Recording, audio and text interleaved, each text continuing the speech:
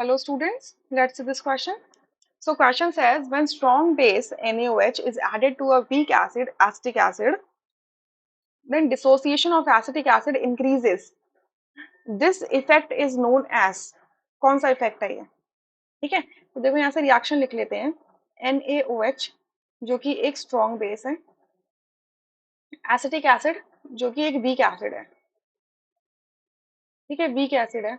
सो acid और base combine करके आपको क्या देंगे? Salt, that is CH3 COONA and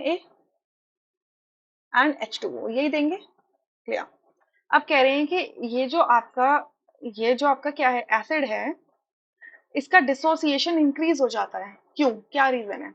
अब देखो इस पूरे रिएक्शन के अंदर हमने सिर्फ दो ही सब्सटेंसेस लिए हैं. ठीक है, दो ही सब्सटेंसेस लिए हैं, तो ये कॉमन आयन इफेक्ट तो नहीं हो सकता.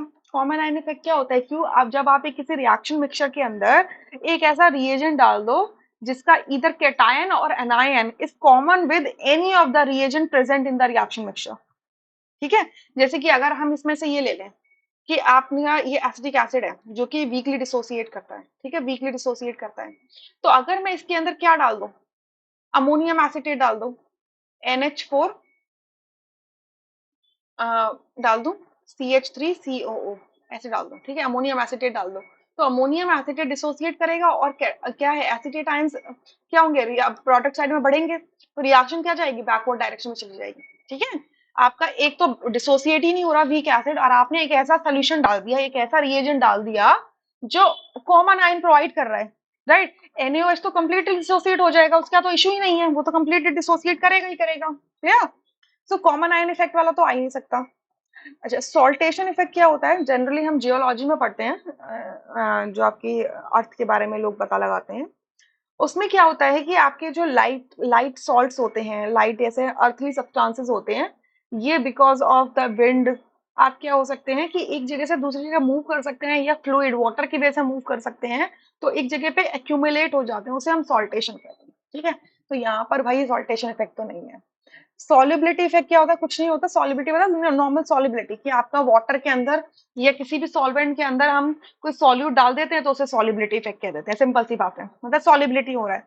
तो यहाँ पर आप ऐसे नहीं बोल सकते कि NaOH हमारा सॉल्वेंट है और एसिटिक एसिड सॉल्यूट है. नहीं, ये एक सोल्यूशन है और ये एक सोल्यूशन है, और दोनों सोल्यूशन मिलके क्या कर रहे हैं, एक रिएक्शन कॉज कर रहे हैं, जिसमें ये पता चल रहा है कि आपका एसिटिक एसिड की डिसोसिएशन इंक्रीज हो रही है. ठीक है, तो ये अगेन सॉल्युबिलिटी का पार्ट नहीं है.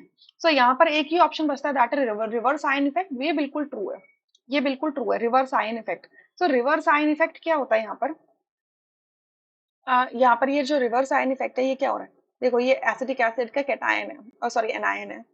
ये क्या करेगा, वाटर के साथ इंटरेक्ट करेगा और वाटर का हाइड्रोलिसिस करेगा और क्या बना देगा, CH3COOH प्लस OH नेगेटिव.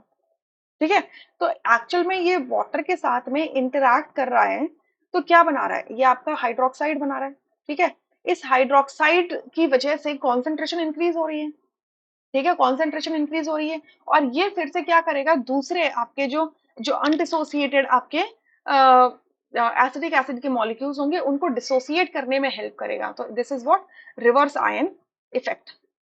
ठीक है, तो यहाँ पर आप क्या देख पा रहे हो, रिवर्स आयन इफेक्ट. तो या तो आप इस तरीके देखो, हाइड्रोक्साइड निकला, ये हाइड्रोक्साइड क्या करेगा, इसके वीकली जो डिसोसिएटेड आपका एसिडिक एसिड है, इसके H प्लस आयन निकलेंगे, उनको क्या करेगा, फटाफट से ट्रैप करके न्यूट्रलाइजेशन कर देगा.